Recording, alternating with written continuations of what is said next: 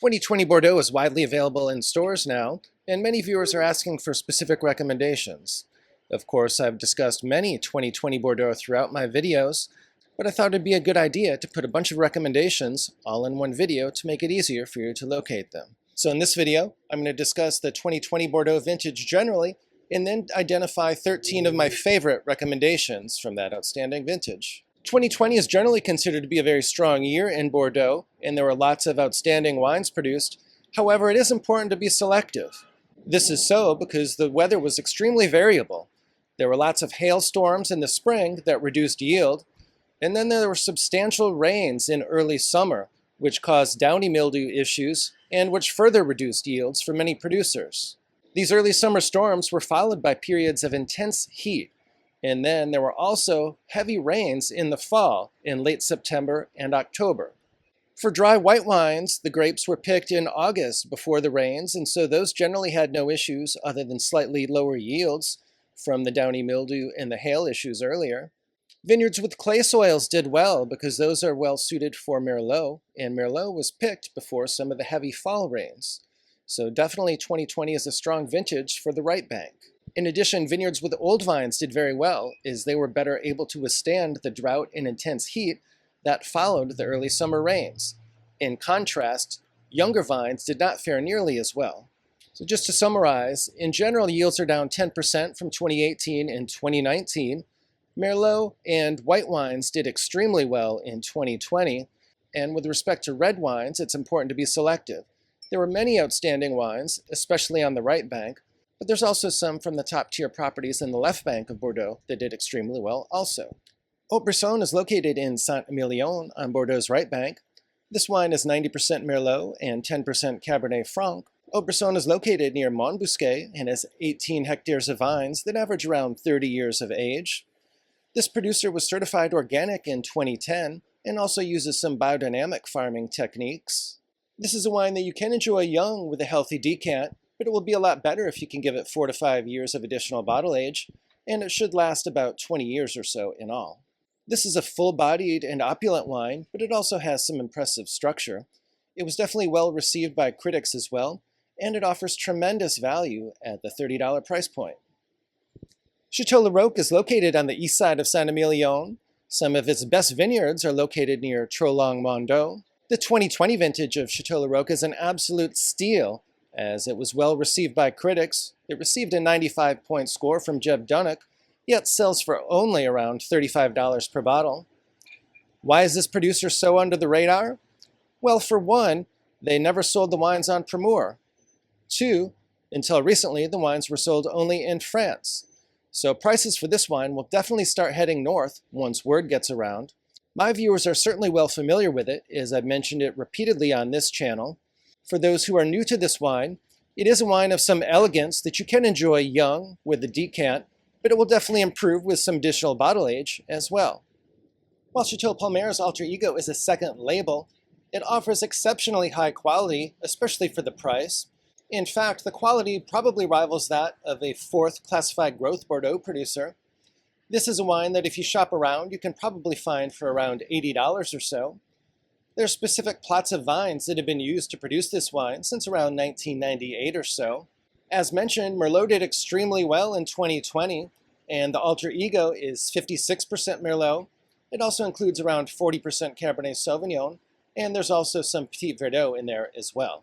This is a wine that I definitely give at least a couple years of additional bottle age before you start digging in, but it's definitely one that will age for up to 10 to 15 years with no problem, but you can certainly enjoy it much younger than Chateau Palmer's top wine. While it's a 5th growth in the 1855 classification of Bordeaux, Pauillac-based Lynch-Bages has been producing wines that exceed the quality of a 5th growth and are probably more comparable to either a 2nd or a 3rd growth. While the 2019 Lynch-Bages is perhaps the best wine they ever made, they also had an outstanding effort in 2020, and in fact that wine finished number 3 in the Wine Spectator Top 100 for 2023. It's also available for a lower price than the 2019 vintage. You can find it for around $135 or so if you shop around. I just released a standalone video on Lynch-Bages that I'll link in the description below, so I won't go into this one in too much detail, but if you're a Lynch-Bages fan, definitely check out that standalone video as well. On Bordeaux's left bank, Saint-Estèphe is rapidly becoming one of my favorite sources to find compelling value. One of my favorites there is the 2020 Félin Ségou. This wine sells for only around $49 and received very high scores from critics considering that price point. This is a wine that consists of a blend of around 54% Cabernet Sauvignon and 42% Merlot, but there's also small amounts of Petit Verdot and Cabernet Franc. This wine matured for 18 months in around 55% New French oak. This is an extraordinary value for around $49 per bottle.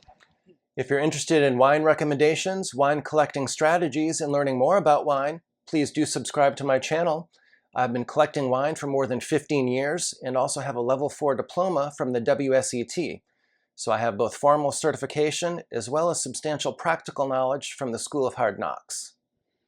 A couple years ago, I attended a tasting for 2020 on Primeur. One of my favorites that night was the 2020 Château Fonplégade. Fonplégade is located in Saint-Émilion on the Limestone Plateau, and that was certainly an outstanding place to be in the challenging 2020 vintage. But this wine is 90% Merlot and 10% Cabernet Franc, which is one of the reasons it performed so well that vintage. The owners acquired Fonplégade back in 2004 and have spared no expense to reinvigorate the vineyards and upgrade the winemaking facilities. As a result, the quality has never been higher, and this wine offers exceptional quality at around $45 per bottle. So definitely give this one a try if you're not familiar with it. Located in Pessac-Léognan, Malartic-Lagravière was acquired in the late 1990s, and the new owners have spared no expense in updating the property. They poured 20 million euros into renovating the estate, reinvigorating the vineyards, and overhauling the winemaking equipment. The results have been impressive, and this wine offers compelling quality for the price. Indeed, the 2020 vintage has multiple 96-point scores, and it sells for only around $60 per bottle. This wine is almost half and half Cabernet Sauvignon and Merlot, but there's a little bit of Cabernet Franc in there as well. This is a wine will improve with a couple more years of bottle age and should cruise in your cellar for up to 2 decades or so. There's nothing quite like top quality Pomerol, and yet would you believe that there's a 2020 Pomerol that received a 98-point score from Jeb Dunnick, and also 96 and 97-point scores from other top critics, yet sells for only $80 per bottle. I'm talking about Château Petit-Clinet. The 2020 Petit-Clinet is 90% Merlot and 10% Cabernet Franc. Petit-Clinet is a small producer, but it's been making exceptional wines, and its 2015 through 2020 vintages are well worth considering, but the 2020 is particularly outstanding. Located in Saint-Julien on Bordeaux's left bank, Château Gloria is not a classified growth because it did not exist at the time of the 1855 classification of Bordeaux, and yet in many years it makes wine that rivals the quality of the classified growths.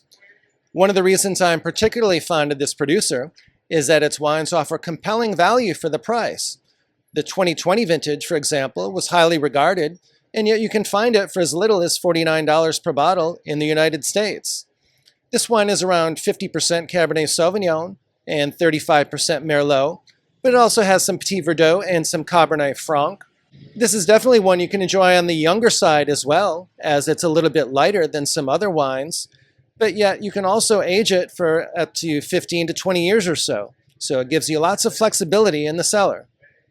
And if you're all set on the 2020 vintage, or you are after watching this video, and you'd like to learn more about the 2022 Bordeaux, which promises to be an outstanding vintage, be sure to check the links in the description below, as my 2022 Bordeaux video is linked there.